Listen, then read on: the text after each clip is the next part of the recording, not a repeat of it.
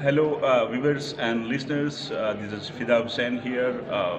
Adriana with us. She's one of the climber, although she couldn't go at the summit, but she was among the climbers who tried to climb the K2 in winter. So, Adriana, what do you want to say about your experience? Yeah, so I came on this trip to get some winter training for my next expedition, which is Everest and Lhotse. And I joined this group of incredible mountaineers, and it's just been like an amazing experience getting to climb with the best people in the world, and being part of the team that summited K2 in winter, which is a historical event. So, what kind of experience did you get during your this expedition?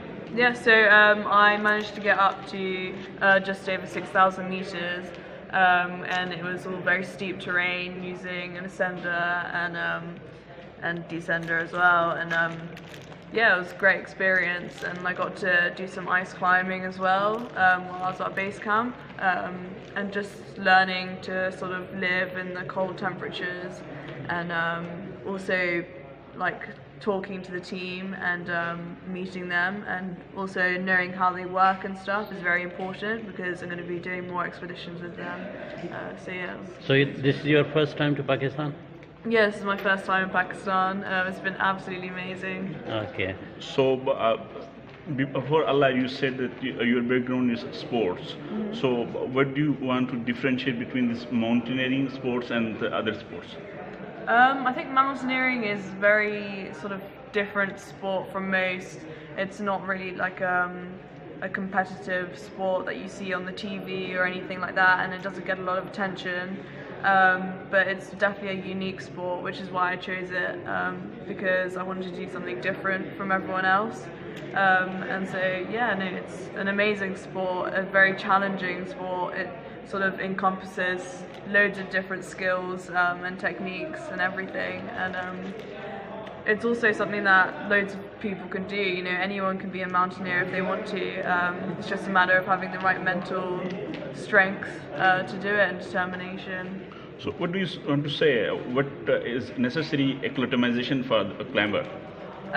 So if you're doing a high altitude peak, you have to acclimatise slowly by going to base camp over a long period of time, and then you do rotations. So you go up to camp 1, come down, sleep at lower altitude, and this way your body gets used to the low oxygen levels, and it allows your blood to make more hemoglobin, and then you get more oxygen in your body. But it's a long process.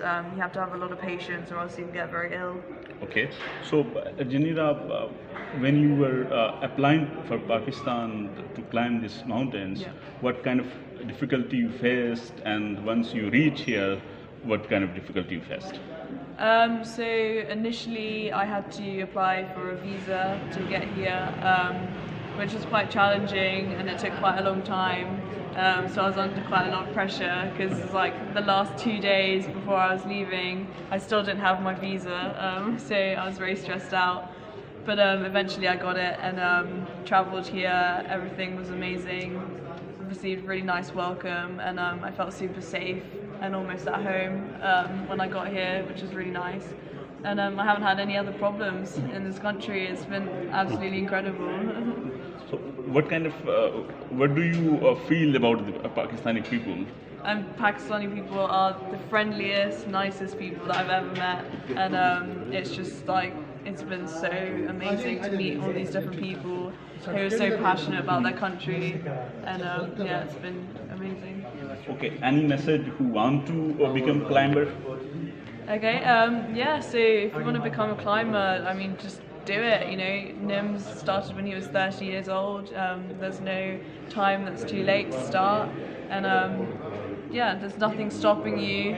Just go out and explore the nature, and go and explore the mountains. Last question: what message you want to convey to the deserved family, the Spanish climber who died, and Dr. Alex who died also? Do you want to convey any message to the family? Yeah, so I knew Sergi from base camp. He was an absolutely amazing guy, and obviously my deepest condolences to his family. And yeah, it's a tragic loss, and unfortunately, these things happen in mountaineering sometimes, especially on K2, which is known as a savage mountain. It's so deadly. But yeah, no, my deepest condolences to his families. Adriana, thank you very much for your No time. worries. Yeah, thanks.